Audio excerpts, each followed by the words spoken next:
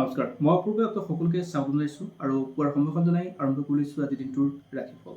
আজি হ'ল 10 এপ্ৰিল 2024 বুধবাৰ। অসমীয়া দেশেৰে আজি চ'ত মাহৰ 27 দিন। আজি শুক্লা দ্বিতীয়া তিথি আৰু আজি যদি কোনো শিশুৰ জন্ম হয় তেওঁলোকৰ ৰাশি হ'ব মেঘ ৰাশি। আৰু এতিয়া আপোনালোকক জনাব বিচাৰিছোঁ আজিৰ দিনটোৰ ৰাশিফল। অৱশ্যে ৰাশিফল আৰম্ভ কৰাৰ আগতে আপোনালোকৰ এটা সৰু অনুৰোধ, আপুনি যদি আমাৰ ফেচবুকত চাই আছে এই ভিডিঅ'টো তেনেহ'লে ফেচবুক পেজটো ফ'ল' কৰিবলৈ নাপাহৰিব আৰু ইউটিউবত যদি চাইছে তেতিয়াহ'লে চেনেলটো ছাবস্ক্ৰাইব কৰি ৰাখিব আৰু যদি পাৰে বা ভাল লাগে তেনেহ'লে আপুনি আন কাৰোবালৈ শ্বেয়াৰ কৰিব। আৰু এতিয়া জনাব বিচাৰিছোঁ 12টা ৰাশিৰ কোন ৰাশিৰ কেনেকুৱা যাব আজিৰ দিনটো। প্ৰথমে জনাব বিচাৰিছোঁ অৰ্থাৎ মেঘ ৰাশি জাতক জাতিকাসকলৰ আজিৰ দিনটো কেনেকুৱা যাব। যদি আপোনাৰ ৰাশি মেঘ হয় তেনেহ'লে আজিৰ দিনটো আপোনাৰ কাৰণে বৰ ভাল নাযাব, অৰ্থাৎ আপোনাৰ ক্ষেত্ৰত নিৰাশজনক প্ৰদৰ্শন থাকিব। আজি আপোনাৰ ক্ষেত্ৰত টেনশ্যন থাকিব, হতাশা থাকিব, বিভিন্ন ক্ষেত্ৰৰ পৰা আপোনাৰ বাধাপ্ৰাপ্ত হোৱাৰ দিন থাকে। গতিকে আজি দিনটো অলপ সাৱধান, কোনো শুভ কাম আজি আৰম্ভ নকৰিব। আপোনাৰ যদি বৃষ ৰাশি হয়, বৃষ ৰাশি জাতক জাতিকাসকলৰ ক্ষেত্ৰত আজি দিনটো ভাল। কোনো ক্ষেত্ৰত তেওঁলোকে সিদ্ধান্ত ল'ব পৰা যদি আগতে নাছিলে, আজি দিনটোৱে তেওঁলোকৰ সিদ্ধান্তবিলাক আজি শুদ্ধ হ'ব আৰু ভাল হ'ব আৰু আন ডাঙৰ মানুহৰ পৰা বা আন জ্যেষ্ঠ মানুহৰ পৰা তেওঁলোকে সহায় পাব। আন বুলি ক'লে ঘৰৰ পৰা বাহিৰৰ মানুহ। তৃতীয়তে, যিসকলৰ মিথুন ৰাশি জাতক জাতিকাসকলৰ ক্ষেত্ৰত আজিৰ দিনটো তেওঁলোকৰ কাৰণে পজিটিভ দিন, কিন্তু তেওঁলোকে অভাৰ কনফিডেঞ্চ হ'লে লোকচান হ'ব। কাৰণ অভাৰ কনফিডেঞ্চে তেওঁলোকক ডিষ্টাৰ্বেঞ্চ পেলোৱাৰ বাহিৰে অন্য ফলপ্ৰসূ ৰিজাল্ট নিদিয়ে। তৃতীয়তে, তাৰপিছত যদি ৰাশি কৰ্কট ৰাশিৰ কথা জনাব বিচাৰোঁ, তেনেহ'লে আপোনাৰ এই কৰ্কট ৰাশি যদি হয় তেনেহ'লে আপোনাৰ ক্ষেত্ৰতো আজি পজিটিভ ইংগিত পোৱা গৈছে।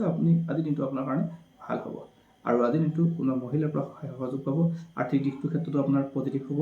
ঠিক তেনেকৈ আপোনাৰ এডুকেশ্যন যদি ক্ষেত্ৰতো আজি আপোনাৰ পৰীক্ষা আছিলে বা আপোনাৰ পঢ়া আনদিনাখনতকৈ আজি বেটাৰ হ'ব, ভাল হ'ব। আপোনাৰ যদি সিংহ ৰাশি হয়, অৰ্থাৎ সিংহ ৰাশি জাতক জাতিকাসকলৰ ক্ষেত্ৰত আজি কিছু সাৱধান থাকিব লাগিব। আপুনি দিয়া সিদ্ধান্তই আন কাৰোবাৰ ক্ষেত্ৰত ডিষ্টাৰ্বেঞ্চ যাতে নহয় সেই কথা আপুনি মনত ৰাখিব। আৰ্থিক দিশটো ঠিকে থাকিব, কিন্তু পৰৱৰ্তী সময়ত অৰ্থাৎ দিনটোৰ পিছৰ সময়খিনি আপোনাৰ ক্ষেত্ৰত অলপ কষ্টকৰ হ'ব পাৰে, বিশেষকৈ স্বাস্থ্যৰ ক্ষেত্ৰত। যদি আপোনাৰ কন্যা ৰাশি জাতক জাতিকাসকলৰ ক্ষেত্ৰত আজি এলাহ কৰিব নালাগে। এলাহ কৰিলে তেওঁলোকৰ ক্ষেত্ৰত আৰ্থিক দিশটোৰ উন্নতি নহয়। সাধাৰণতে এলাহ কৰিলে ব্যক্তিগতভাৱে বা যেনেকৈ সাধাৰণ ৰাইজতো এলাহটোৱে দিগদাৰ হয়। গতিকে আজিৰ দিনটোত তেওঁলোকৰ ক্ষেত্ৰত এলাহ খুব বেছি হ'ব। গতিকে সেই এলাহটোৰ পৰা তেওঁলোকে যদি আঁতৰি আহিব তেওঁলোকৰ কাৰণে আজিৰ দিনটো পজিটিভ হয়।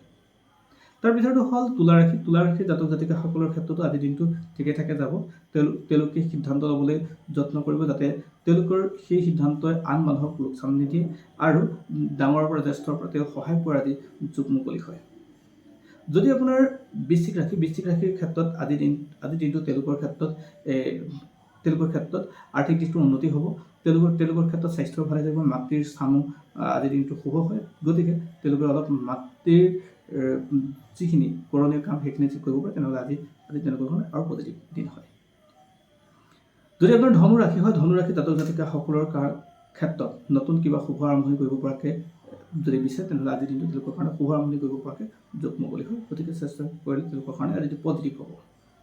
যদি আপোনাৰ মকৰ ৰাশি হয়, মকৰ ৰাশি জাতক জাতিকাসকলৰ ক্ষেত্ৰত কোনো মহিলাৰ পৰা সহায় পোৱাৰ যোগ থাকে আৰু বিশেষকৈ ঘৰৰ মাতৃ আৰু আপোনাতকৈ যদি জ্যেষ্ঠ কোনোবা আছে তেওঁলোকৰ আজি স্বাস্থ্য খিয়াল ল'বলৈ যত্ন কৰিব।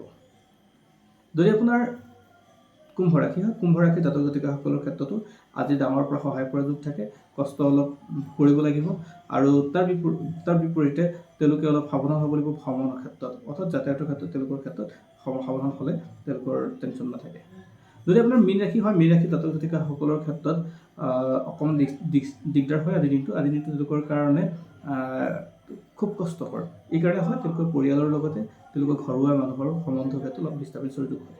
এয়া আছিল আজিৰ দিনটোৰ ৰাশিফল। গতিকে যিসকলে ৰাশি তেওঁলোকৰ লগত ৰিজনেট হৈছে তেওঁলোকে কমেণ্ট কৰিব বা জনাব। আৰু এইখন চেনেল সদায় ৰাশিফল, গতিকে আপোনালোকে এনেকুৱা ধৰণৰ ৰাশিফল পাই থাকিবলৈ আপোনাৰ চেনেলটো ছাবস্ক্ৰাইব কৰিব আৰু ফেচবুক পেজটো ফ'ল' কৰিব। Thank U.